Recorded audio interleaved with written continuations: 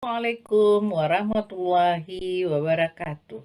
Anak-anak semua, siswa SMA kelas 12, kita bertemu lagi dalam pembelajaran kimia dengan bab yaitu sifat koligatif larutan.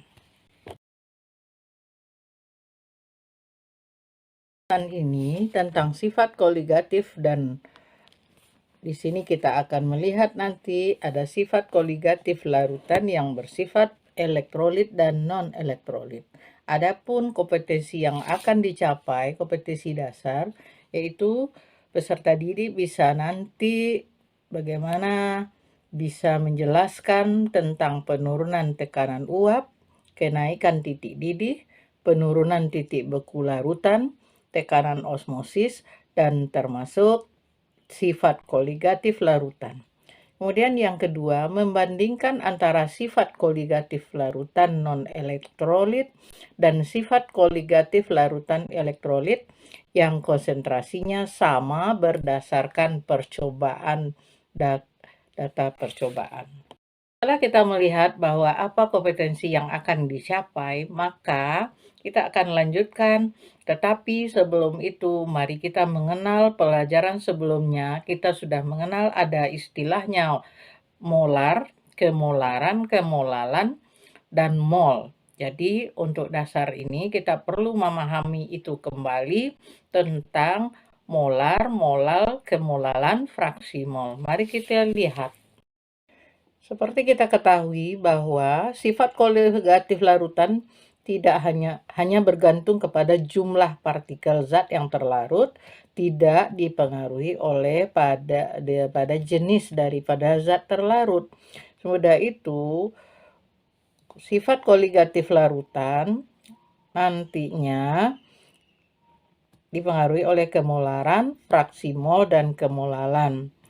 Pada penurunan tekanan uap jenuh digunakan nanti fraksi mol, pada kenaikan titik didih dan penurunan titik beku digunakan kemolalan. Sedangkan pada tekanan osmotik digunakan kemolaran. Jadi pada pembahasan laju reaksi sudah kita pelajari tentang kemolaran, sehingga bab ini kita hanya akan mempelajari tentang kemolalan dan fraksi mol.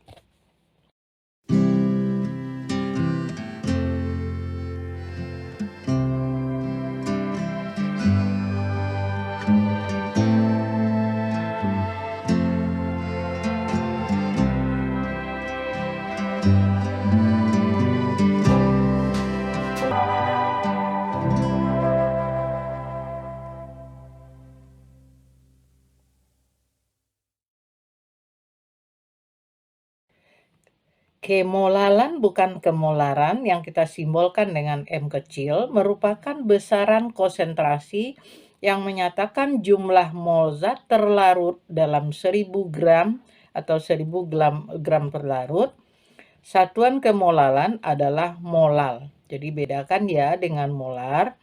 Lalu suatu larutan jika tidak disebut pelarutnya, maka pelarutnya tentu kita umpamakan air. Untuk menghitung kemolalan suatu larutan dapat kita rumuskan seperti rumus berikut. Perhatikan keterangan gambar.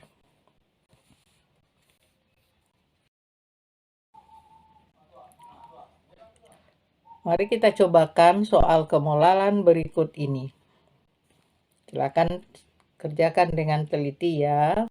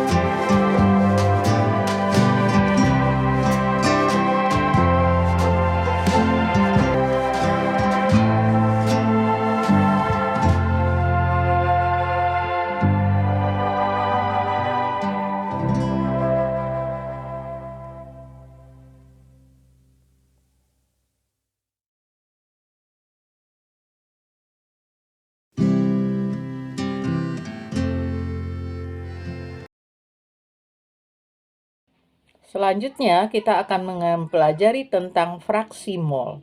Fraksi mol itu adalah suatu besaran konsentrasi larutan yang menyatakan perbandingan jumlah mol zat terlarut terhadap jumlah mol larutan. Fraksi mol tidak mempunyai satuan dan dilambangkan dengan X. Jadi misalkan fraksi mol urea 0,1 hanya ditulis dengan X urea 0,1. Artinya larutan yang mengandung 0,1 bagian mol urea dalam 1 bagian mol larutan atau 0,9 bagian adalah 0,9 bagian mol adalah merupakan pelarutnya berupa air. Untuk mempelajari fraksi mol ini, kita juga perlu mengingat kembali bagaimana cara perhitungan daripada mol suatu zat. Mungkin sebelum ini kita sudah mengenal mol yang dirumuskan seperti gambar, yaitu dengan membandingkan massa daripada zat tersebut dengan massa relatifnya. Masih ingatkah anak-anak semua cara perhitungan massa relatif suatu senyawa? Kita memperhatikan ada beberapa rumus daripada fraksi mol. Misalnya kita mau melihat fraksi mol daripada zat terlarut, maka kita gunakan rumus yang ini.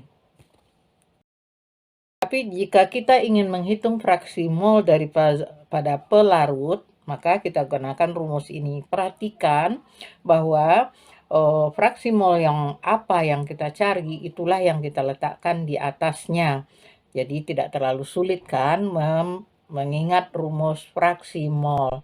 Kemudian fraksi mol dari zat terlarut ditambah dengan fraksi mol zat pelarut, haruslah besarnya sama dengan 1. Dan berikut ini kita akan mencobakan contoh-contoh soal yang berhubungan dengan fraksi mol. Mari ikuti. Jadi setelah kita mempelajari tentang kemolalan dan fraksi mol, dan di lain kesempatan kita akan melanjutkan dengan sifat koligatif larutan yang bersifat elektrolit dan non-elektrolit. Untuk hari ini sampai di sini saja terlebih dahulu. Semoga bermanfaat. Assalamualaikum warahmatullahi wabarakatuh.